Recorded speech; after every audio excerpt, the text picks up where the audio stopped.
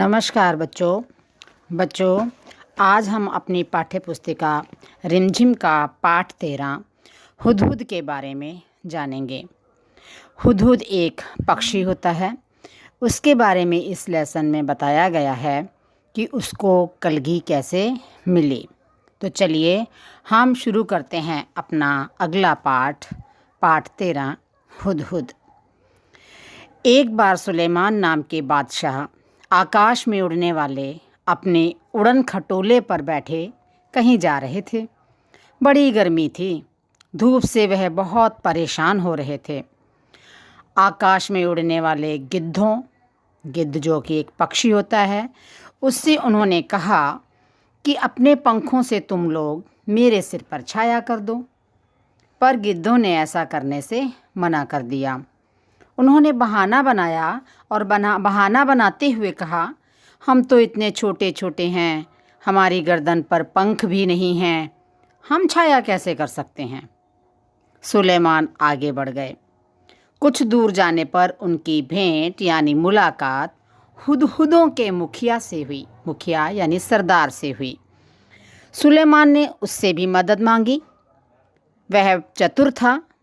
उसने फ़ौरन अपने दल के सभी हुदहुदों को इकट्ठा किया और बादशाह सुलेमान के ऊपर छाया कर दी। हुदहुद पक्षी जो है वो छोटे होते हैं। सुलेमान बोले, मैंने गिद्धों से भी मदद मांगी थी, वे मेरी मदद कर भी सकते थे, पर उन्होंने मेरी मदद नहीं की। तुम गिद्धों से छोटे हो पर चतुर यानी चालाक अधिक हो। तुम सब ने आपस में मिल करके मेरी सहायता की है, इसलिए मैं तुमसे बहुत प्रसन्न हूँ। मैं तुम्हारी कोई इच्छा यानी कामना पूरी करूँगा। बताओ तुम्हारी क्या इच्छा है, यानी तुम क्या इच्छा है जो मुझसे पूरी करवाना चाहते हो। मुखिया ने कहा, महाराज मैं अपने सभी साथियों से सलाह मशवरा करके उसके बाद अपनी इच्छा बताऊँगा। मुखिया ने साथियों से सलाह करने के बाद कहा, महाराज यह वरदान दीजिए कि हमारे सिर पर आज से सोने की कलगी निकल आए। बादशाह हंसे और बोले, मुखिया इसका परिणाम क्या होगा, यह तुमने सोच लिया है। मुखिया बोला, हाँ महाराज, मैंने खूब सलाह मशवरा करके ही यह वर आपसे मांगा है। सुलेमान ने उनकी प्रार्थना यानी विनती स्वीकार कर ली। सभी हुदहुदों के सिर पर सोने की कलगी निकल आई। लोगों ने जब सोने की कलगी को देखा तो वे हुदहुदों के पीछे पड़ गए। वे तीर से उन्हें मार मार कर सोना इकट्ठा करने लगे। ऐसे में हुदहुदों का वंश समाप्त होने पर आ गया। तब मुखिया फिर घबराकर बादशाह सुलेमान के पास पहुंचा और बोला, इस सोने की कलगी के कारण तो हमारा वंश ही समाप्त हो जाएगा। सुलेमान ने कहा, मैंने तो शुरू में ही आपको चेतावनी दी थी। खैर जाओ, आज से तुम्हारे सिर का ताज सोने का नहीं सुंदर पंखों का हुआ करेगा। और माना जाता है तभी से हुदहुदों के सिर पर पंखों यानी परों का यह ताज यानी कलगी शोभा पा रहा है, शोभायमान हो रहा है। बच्चों, हुदहुद एक बहुत ही सुंदर पक्षी है। इसके शरीर का सबसे सुंदर भाग इसके सिर की कलगी होती है। वैसे तो यह इसे समेटे ही रहता है, पर जैसे ही किसी तरह की आवाज़ होती है तो यह चौकन्ना होकर के पंखों को फैला लेता है। तब यह कलगी देखने में हूबहू किसी सुंदर पंखी जैसी लगने लगती है। इसी कलगी के बारे में हमने अभी एक सुंदर कहानी भी पढ़ी है।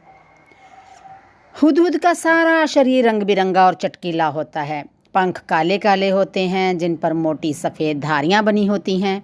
गर्दन का अगला हिस्सा बादामी रंग का होता है, चोटी भी बादामी रंग की होती है, मगर उसके सिरे काले और सफ़ेद होते हैं। दुम यानी पूंछ का भीतरी हिस्सा सफ़ेद और बाहरी हिस्सा काले रंग का होता है। हुदहुद की चोंच पतली, लंबी तथा तीखी होती है और इस चोंच से यह आसानी से ज़मीन के भीतर छिपे हुए कीड़े मकोड़ों को ढूंढ निकालता है। इसकी चोंच नाखून काटने वाली नहरनी से बहुत मिलती है और शायद इसी वजह से कहीं कहीं इसे हज़ामिन चिड़िया के नाम से भी पुकारते हैं। हुदहुद हमारे देश के सभी भागों में पाए जाते हैं। बच्चों, तुमने इसे अपने घर के आसपास अपनी तीखी चोंच से ज़मीन को खोदते हुए अवश्य देखा होगा। बोलते समय हुदहुद 3 बार हुप हुप हुप सा कुछ कहता है, इसीलिए इसे अंग्रेजी में हुप ऊ कहा जाता है। हिंदी में इसे हुदहुद कहते हैं। दूब यानी घास में कीड़ा ढूंढने के कारण हमारे देश में कहीं कहीं इसे पदुबिया भी कहते हैं, और सुंदर कलगी की वजह से कुछ देशों में लोग इसे शाह सुलेमान कहकर पुकारते हैं। मादा हुदहुद 3 से 10 तक अंडे देती है।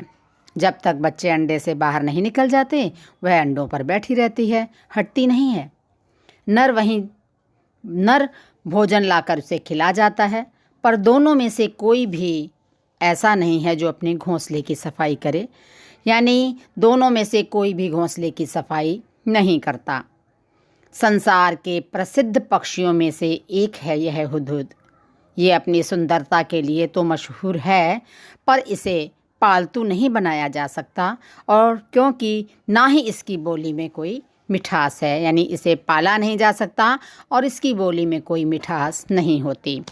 तो बच्चों, ये था हमारा लेसन हुदहुद, जिसके में हमने हुदहुद नामक पक्षी के बारे में जाना। आज के लिए बस इतना ही। अगले पार्ट में हम फिर मिलेंगे, तब तक के लिए नमस्कार।